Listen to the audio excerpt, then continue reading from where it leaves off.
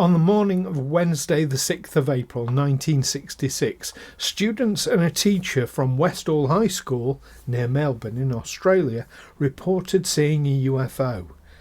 The object flew over the school, then reappeared some 20 minutes later, being pursued by 5 unidentified aircraft.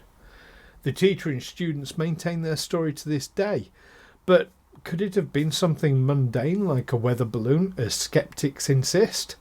And if so, why was the school flooded with military personnel telling everyone that they hadn't seen anything? Join myself and Neil here on Aliens Explored as we look into the differing theories surrounding this compelling case.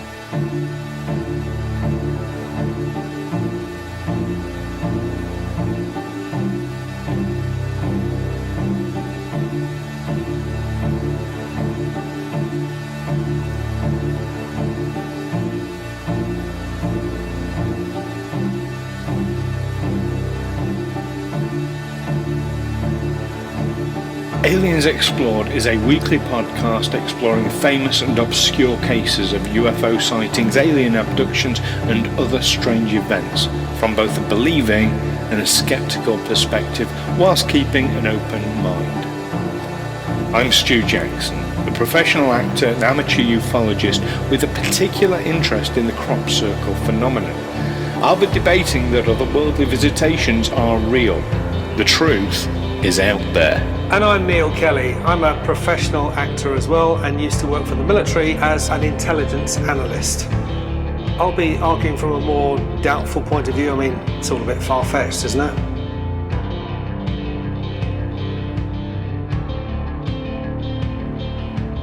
Hello listeners, hello viewers. Welcome to another episode of Aliens Explored, your weekly look at the mysterious skies, outer space, bottoms of the ocean, crop circles, people in smoke-filled rooms plotting and conspiring. I'm one of your hosts, Neil Kelly. And I'm your other conspiracist, Stu Jackson. How are you doing, Stu? Neil? I'm good. I'm doing good, thanks. Yeah. This is so for our listeners and viewers, well into the new year now.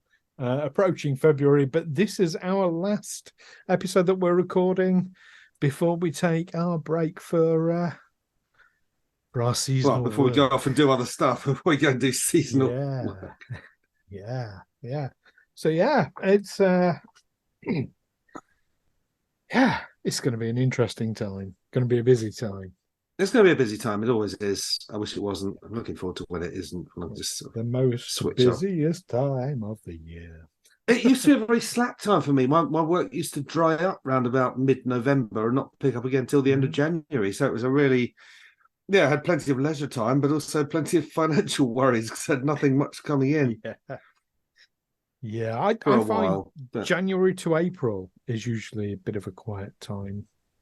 Okay. Yeah. No, I'll be straight back into it. Yes. Especially with your Mr. Monopoly. Especially with Mr. Monopoly, yeah. It's basically a full-time job, isn't it? So yes.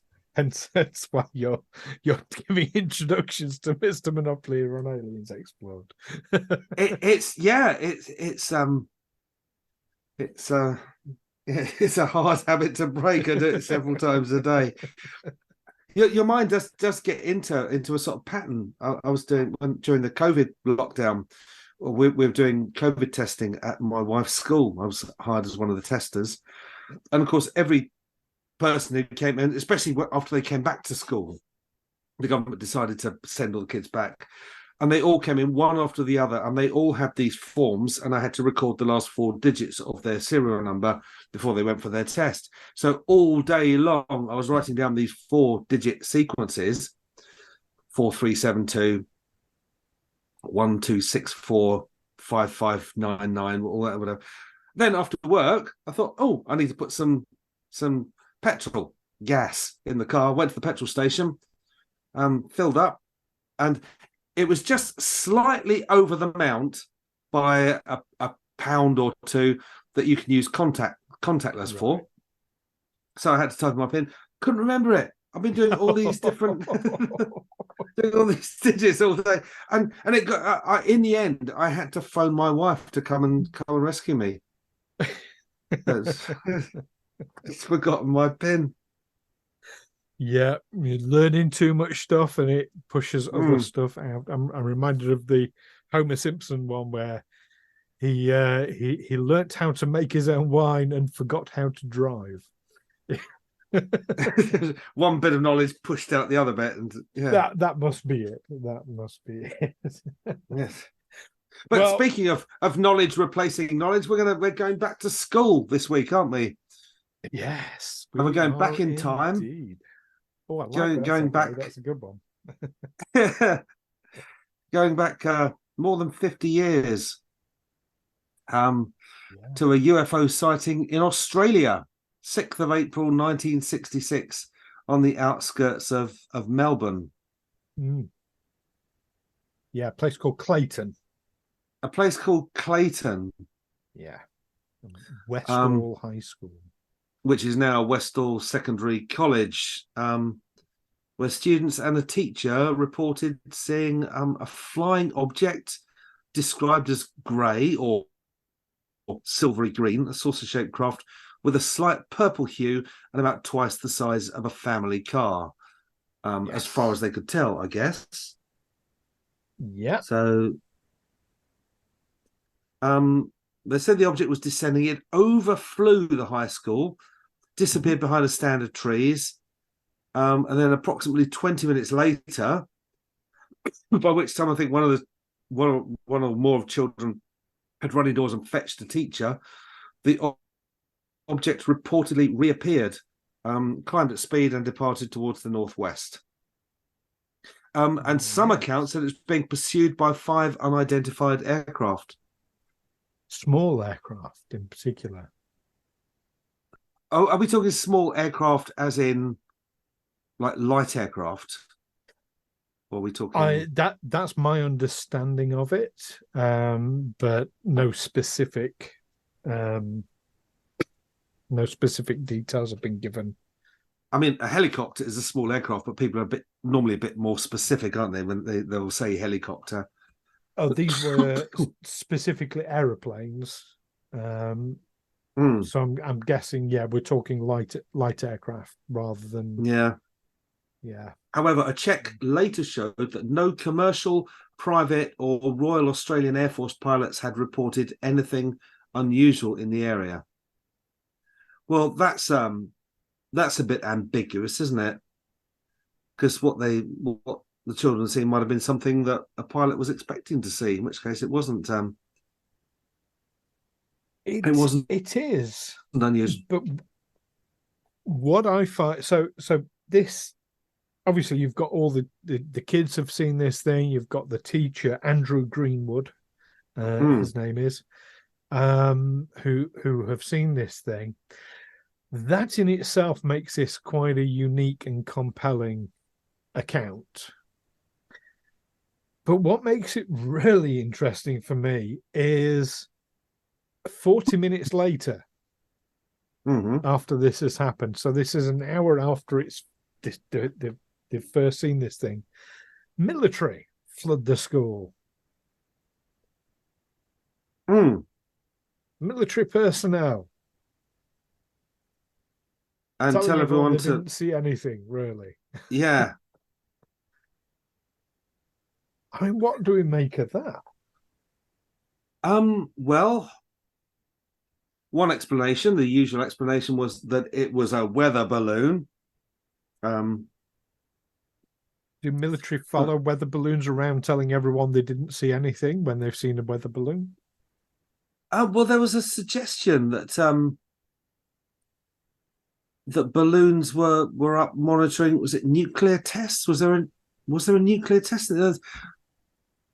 I mean, if near a school, they would have noticed them. A huge mushroom cloud in the distance as well. So if it had drifted away from observing a nuclear test, it's probably blown an awful long way. I mean, there are large areas of wilderness in Australia. The outback, but not around Melbourne's quite a densely populated, like Victoria. Do they do Melbourne nuclear is. tests in Australia? I mean, it is a huge landmass. I mean, you could do a nuclear test and probably not affect many people. I've not heard of it happening, but that doesn't rule it out, of course. Someone called Keith Basterfield. Who's Keith Basterfield?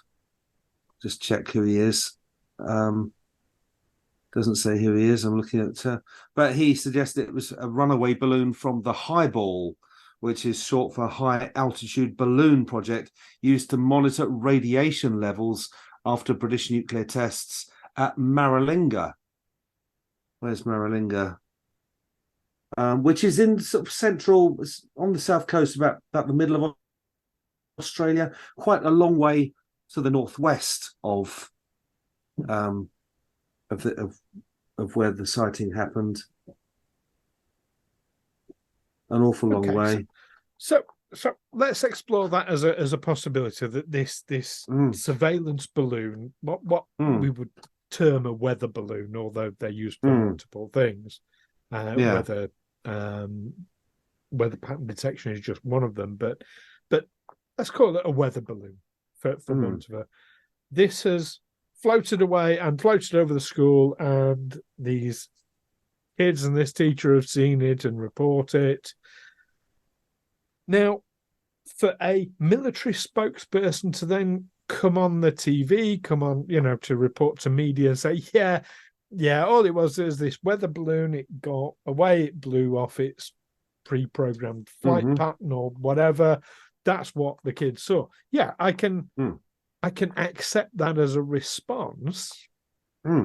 But for military personnel to come onto the school, and we're not talking a small number here, we're talking like basically a platoon descended on the school and you didn't see anything.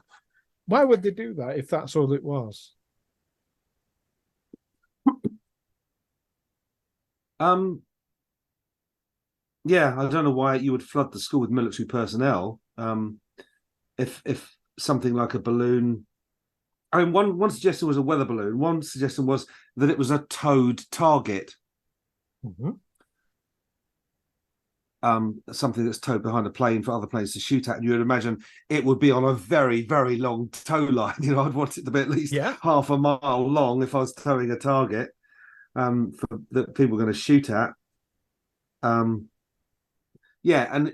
for some reason it had gone off course and had flown over a populated area and flown over a school, then you would expect a spokesperson to turn up at the school and say it was nothing to worry about.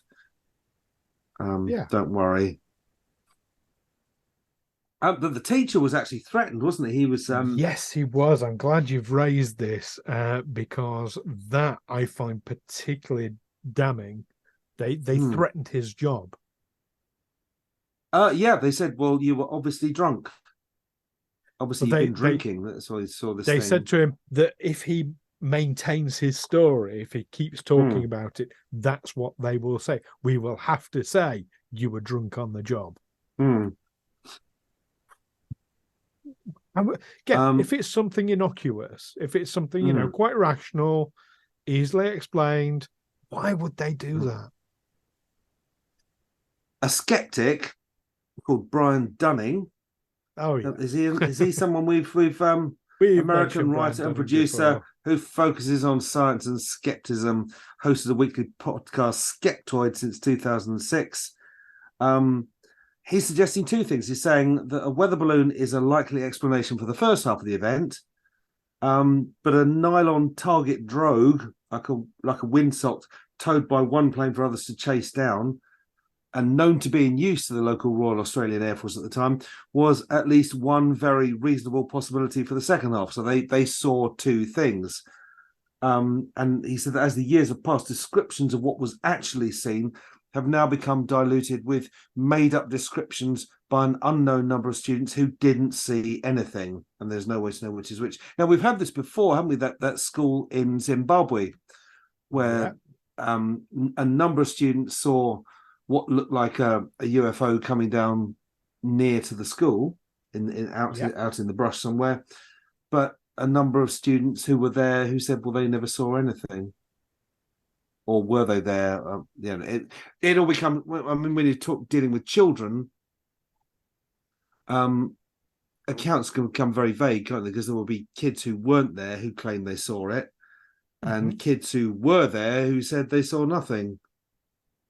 Worth bearing in mind with that specific case. So I've forgotten the guy's name, but there's one particular guy who was a student at the time there, who is very, very vocal in saying, no, nobody saw anything. It was kind of, just one person saying it to another, and then, it spread from there. 5 years, and that's what he does to this day. He's very, very adamant about that. 5 years ago, he was on record saying it definitely happened, and I was there and I saw it. So we've got unreliable witnesses, basically. Yeah. And this is one of the problems with witness testimony, full stop, is, the mind's capability to fill in details, particularly when it's an unknown thing, is a recognized phenomenon. So, yeah, it does make witness testimony challenging at times. It doesn't seem to be clear what the teacher actually saw, because it looks like the thing overflew the school, which made kids, or at least one kid, run inside and get the teacher. So the teacher came out and saw something. Don't know how much of it he actually saw. It looks like Westall High's in a fairly. I mean, it's not out in the brush. It's in an urban or at least suburban area of Melbourne. Well, Victoria, have you ever been to Australia yourself? Yeah, but I haven't been to Melbourne. Right, okay. I got relatives who live in Victoria. So not in Melbourne itself, but in the Dandenong Ranges. And it is quite a sort of rural, spread out area. But that said, you can't go more than a couple of miles without, finding another town sort of thing. But yeah, there's plenty of space in Australia. But this looks like it's an area that's coloured in quite densely. That looks like Melbourne, and it's showing this, the location of Westall High within Melbourne. So I'm imagining it's fairly densely populated area. It's not far from the bay by the looks of it. So, well, that's it. And the further east you go in Australia, the more densely populated it is. Well, yeah, most of the population live on the East Coast, don't they? Yeah. So most of the big cities are there. But also, if you wonder why that wouldn't have been seen by an awful lot of other people away from the school, unless that area really is a lot less densely populated than it looks like on this map. It's possible. I mean, obviously, without knowing the map you're looking at, it is quite possible it wasn't that densely populated. Also, how many people just sort of walk around looking upwards all the time? How many times have we? I said we as a much more general than you and I, but how many times have people sort of seen an object flying across the sky, not thought anything of it, just automatically thought, "Oh, must be a plane," and just dismissed it. So I'm of the strong belief that there are far more UFOs, UAPs active in our skies than get reported. Much more. And people, don't forget, in the 1960s as well, people were being massively ridiculed for saying they'd seen a UFO. There was a huge active campaign going on globally at the time that was really ridiculing people very, very strongly for reporting UFOs. So, I wouldn't. You say, it's surprising a lot of other people didn't see it. I wouldn't rule out that they didn't. Maybe they did. They just didn't come forward. Something the size of two cars coming down near a school, disappeared behind a stand of trees, Yeah, so that Um, to me just means it went overhead and they lost sight of it behind the trees.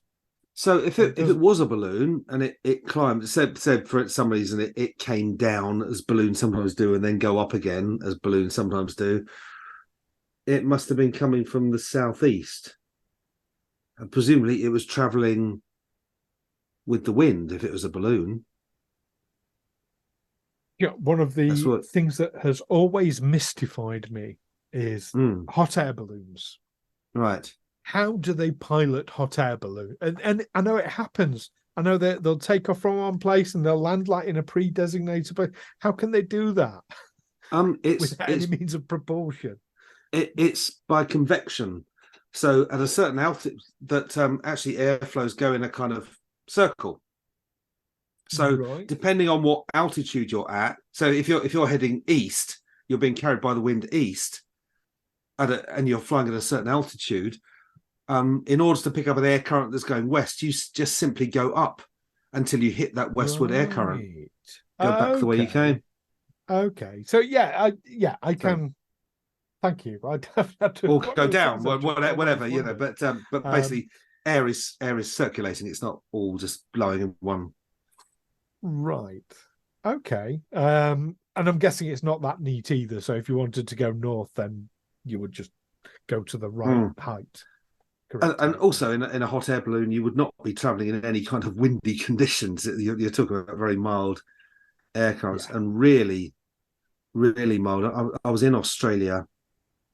I was up north in Cairns, and there was a woman in my hostel who shared a room with, and I stayed there for a while, maybe a week or so. But every morning I'd hear her getting up at about 5 a.m. to go and do this balloon flight she had her heart set on. And then a few hours later I'd get up and she'd come back and say, no, I couldn't do it today, too much wind. And it's even doing a parachute jump when I was doing parachute training in the army.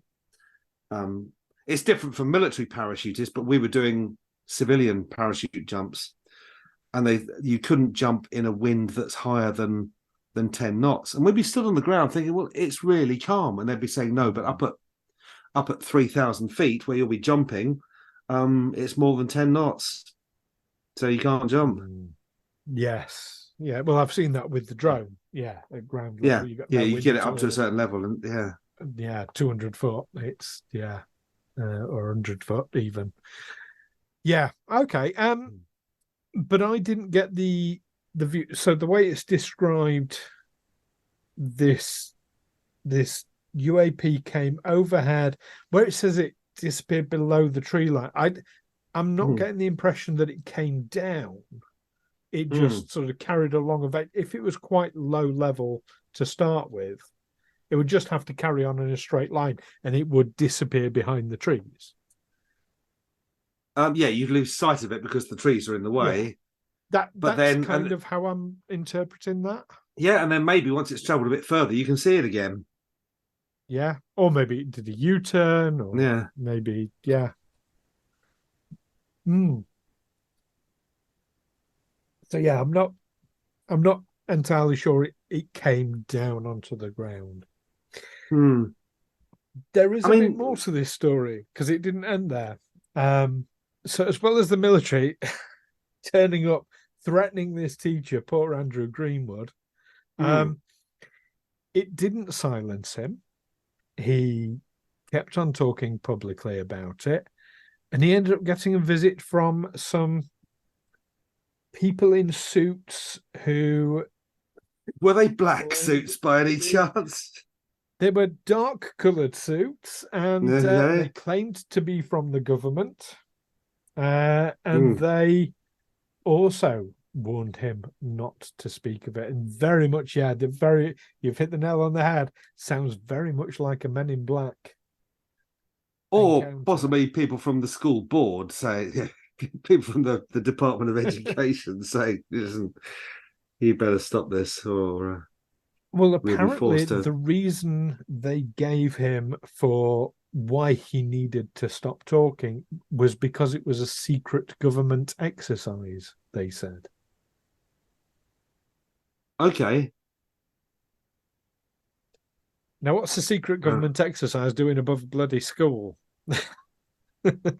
Yeah, but if it was a secret government exercise that had gone astray, that a HIBAL that had been sent up to monitor radiation broke free of its tether, for instance.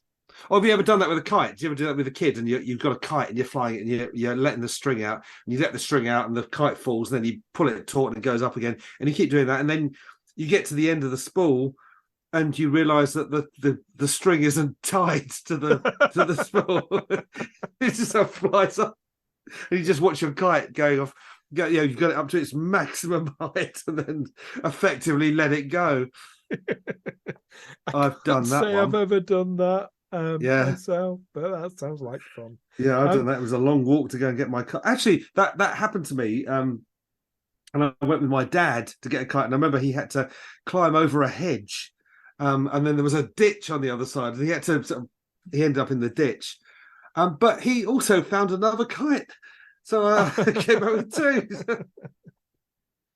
And the kite that I lost was just a plain yellow kite. But the one that came back was a black one with a skull and crossbones on it that was actually a really good flyer as well. So, yeah, I consider Makes myself. me wonder how many UFOs are reported that are just untethered kites that have blown away. Well, I remember when I was a kid, there was a kite that was it was a silver thing and it had some sort of spinning thing inside it that was spinning in the wind, and it was called the UFO. I mean, it wasn't very big. But you would be putting this sort of silvery, glistening thing catching the sunlight up into the sky. So, well, okay, so back onto the point with it. If it was indeed a secret military experiment, this is a country that famously has huge, massive tracts of land where there is nobody. Why would you do this anywhere near? Why would you do it in hundreds of miles of a populated area? Well, as we saw with the recent Chinese spy balloon over the United States, that balloons go a long way. Once they're cut adrift, they never stop. Well, it's claimed it's a Chinese spy balloon. That's a whole other thing completely. Yeah, because that's the UFO community is still questioning that one. So we've come to that point with these things. I'll ask the question as I often do. Andrew Greenwood, these students, do you believe them? Yeah, I do. I believe that they saw something that they couldn't explain. They couldn't explain it as something being towed by an aircraft. It's this thing was supposedly flew away, being trailed by aircraft, being chased by aircraft. Although they think the authorities seem to deny that they had any aircraft seeing anything unusual. I mean, maybe if you're a fighter pilot and you've been sent up to shoot down this runaway balloon or to or chase this target, and then when you came, say there was a towed target and you were sent up to shoot at it, when you came down again and someone said, did you see anything unusual in the sky? I thought, well, no, I didn't see anything I didn't expect to see. I just saw this target that I was sent up to shoot. I don't know. I do believe that they saw something. Of course, sat here in my chair in South London, all I can do is speculate and say, well, maybe it was, maybe it wasn't. But ultimately, I can't say to them, no, you didn't see this. What you saw was something else, because, who am I to say that? So I think we're very much on the same page with this. I absolutely, I agree with you. I think Andrew Greenwood definitely believes he saw something. And you when you watch him in interviews and things, some people just have an air of credibility about them. You instinctively sort of get that, and I very much get that from him. But also the behavior of the military straight after this event, I find highly suspicious. Why would they? to flood the school. Like, the rest of it is kind of there's hearsay about these, the Men in Black thing. That's hearsay. The threats about him being drunk on the job is also hearsay. But the military turning up at the school and flooding it like they did, that's not, and that is really bizarre behaviour, especially if it's something innocuous or, especially if it's a secret military experiment. That, I don't know. I can certainly imagine that any teacher who's telling tales about something supernatural or paranormal or extraterrestrial is going to be told to stop it. We don't whether you saw it or not. You're upsetting people. You're frightening people. Yeah, it's not your job. And bringing disrepute as well to the school, especially back in the 60s. You were considered a nutter if you reported anything like that. So, well, there we go. But I really want to hear what our listeners and viewers think about this particular case, the Westall 1966 UFO. Did we say what date it happened? What date? It was the 6th of April, but I couldn't remember if we'd said at 11 a.m. So 11 a.m. on Wednesday, the 6th of April, 1966. Yeah. So is that within the window for had visibility? It wasn't dark. It wasn't nighttime or anything like that. That would be autumn in Australia, wouldn't it? Yeah, but at 11 a.m. it's going to be daylight. Yeah, it's going to be daylight. Yeah. So listeners, viewers, let us know what you think about this case. You can contact us via the usual means, of course. You can email us, aliensexplored@gmail.com. You can find us on Facebook, on Twitter. You can put a comment below our YouTube video. And if you're one of our Patreon subscribers, then you get exclusive access to our Discord server as well. So that's worth thinking about. And you'll be supporting the channel as well, which we'd very much appreciate. Join us next time when we'll be looking into the life and times of UFO researcher Stanton Friedman. Looking forward to that one. Yeah, me too. Wasn't he the guy who investigated Roswell? We'll be discussing that amongst other things. That's Stanton Friedman, right? Yeah, looking forward to that. Yeah, so don't miss that. In the meantime, keep watching the skies and keep watching the skies. There we go. Yeah. Watch the skies. Take care for now. Bye-bye. Catch you next time. Bye-bye.